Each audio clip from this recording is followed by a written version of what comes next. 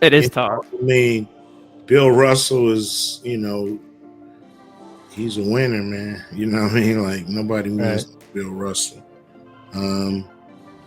Wilt Chamberlain was, he was just unstoppable force. Got Michael Jordan, the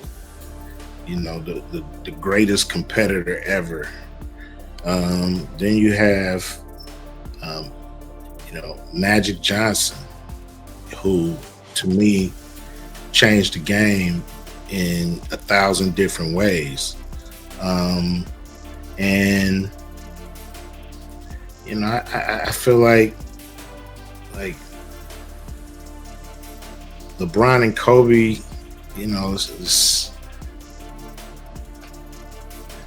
who's better than Kobe Bryant? Who's left better than Kobe Bryant? I can't find. I picked Kobe. I would put him fifth. Okay. That's it. Yeah, that's not bad. Yeah, I'd take that. Because Kobe, what people don't realize, Kobe played in both eras. Right.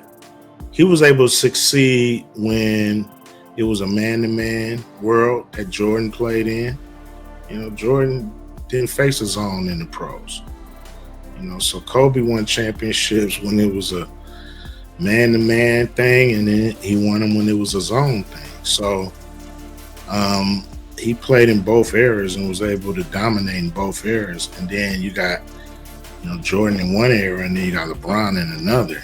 So I say Kobe gotta be up there. In every GOAT debate, countless arguments and endless statistics are thrown around. But when Ice Cube, a cultural icon who has lived and breathed basketball since the 1982nd, spoke up, he didn't need a laundry list of numbers. He cut straight to the truth in one sentence: Michael Jordan, the greatest competitor ever. That isn't casual praise. It's a dagger aimed directly at the heart of greatness.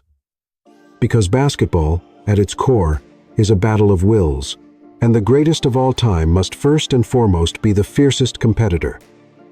Jordan is the flawless embodiment of that truth. Look at the legends. Bill Russell was the ultimate winner. Wilt Chamberlain was an unstoppable force. Magic Johnson was the innovator who reshaped the game itself.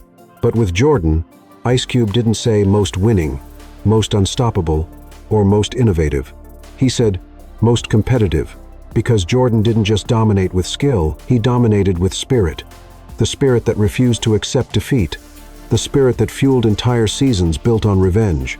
The spirit that turned every single game into a life or death battle. That is why Jordan doesn't just have 6 championship rings. He has 6 finals appearances, 6 finals victories, 6 finals MVPs, all born from one singular source: an unbreakable will to compete. Ice Cube touched the truth that every basketball fan feels. Jordan's legacy is not just about records, it's about a standard of spirit.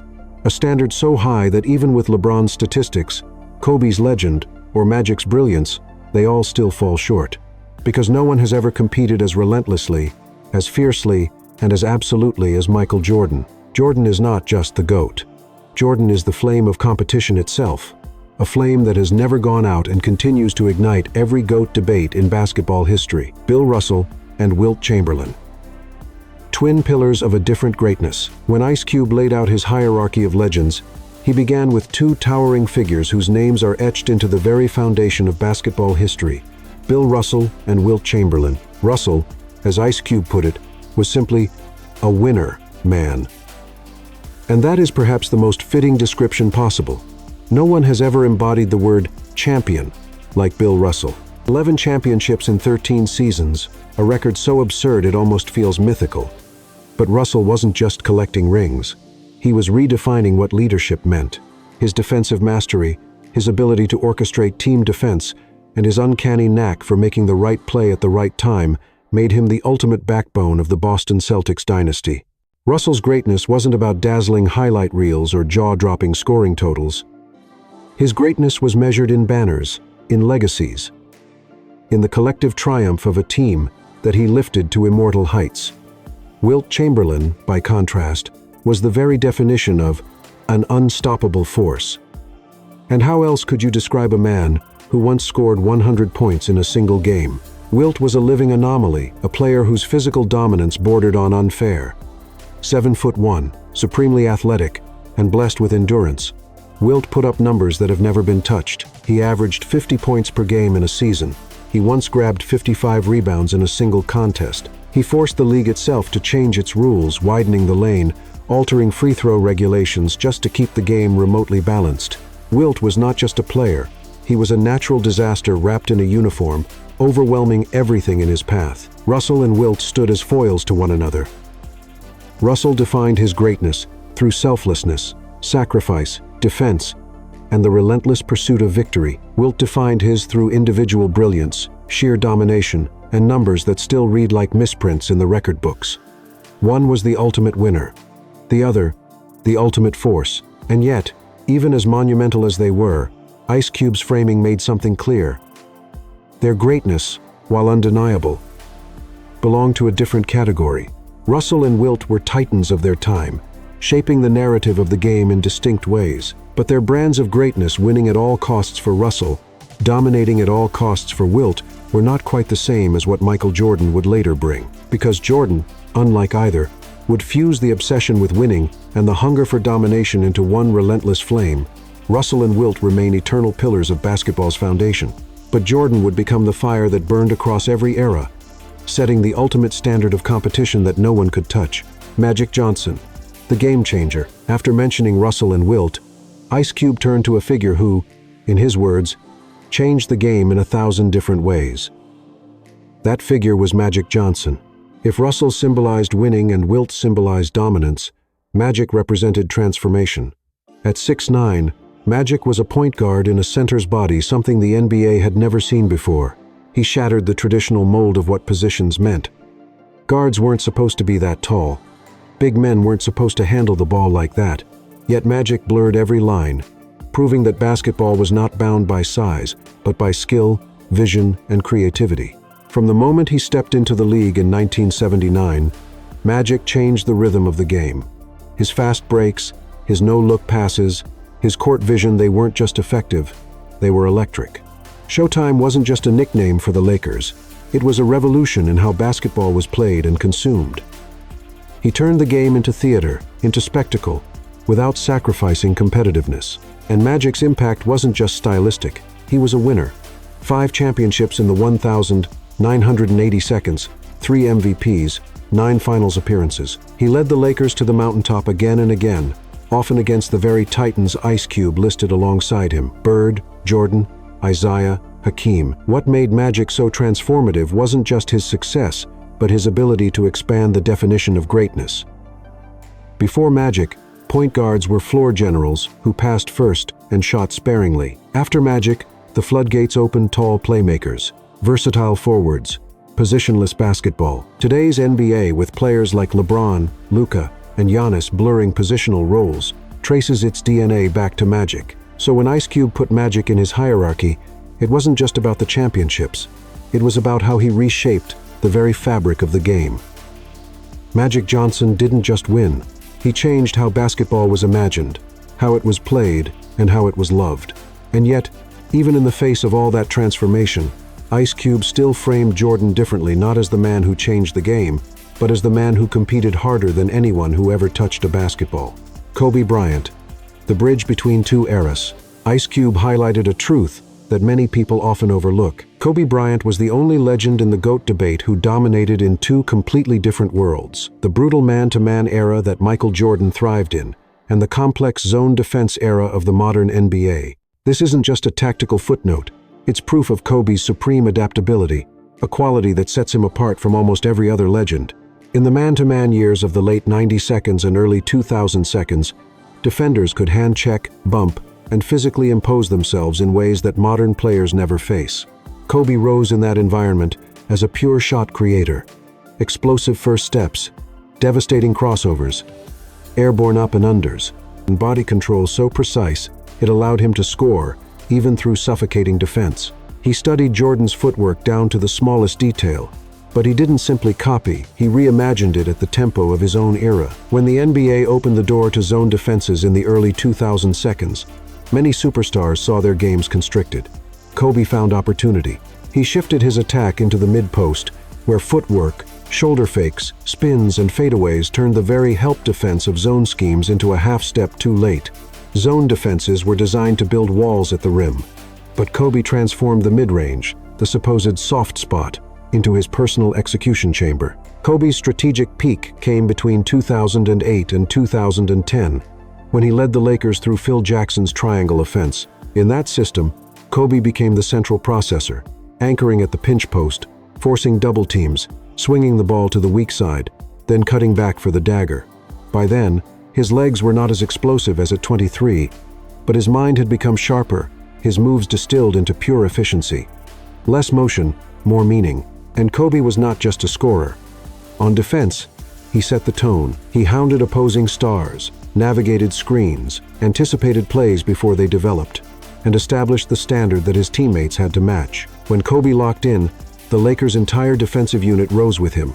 That dual presence as both scorer and stopper separated him from the majority of volume scorers in history. 2 milestones showcase his dual role as both alpha scorer and unquestioned leader. In 2006, he averaged 35 points per game, dropped 81 inches a single night, and carried a weak roster through a league shifting into hybrid defenses. Then in 2009 and 2010, he won back-to-back championships without Shaq, the final answer to critics who doubted whether Kobe could lead as the singular centerpiece of a dynasty. His leadership also evolved. Early in his career, Kobe was infamous for his harsh demands, sometimes alienating teammates. But by the late 2010s, he learned to channel those demands into standards. On the 2008 Redeem team, he accepted a secondary scoring role at times to restore USA basketball's pride. With the Lakers, he turned his fierce expectations into a framework of accountability that players like Pau Gasol and Metta World Peace could embrace. That is why Ice Cube insisted, "Who's better than Kobe? I can't find one." He wasn't speaking blindly from emotion. He was acknowledging Kobe's rare ability to adapt, win, and sustain greatness across 2 fundamentally different eras of basketball. Jordan set the template, but Kobe kept that fire alive through a turbulent transition period and passed it on to LeBron, Steph, and the generation that followed. If Jordan was the pinnacle of competition, Kobe was the bridge, the man who proved that Jordan's spirit of relentless willpower could not only survive but thrive in the modern NBA. LeBron James, another era. When Ice Cube mentioned LeBron James, he did so with a subtle but telling distinction.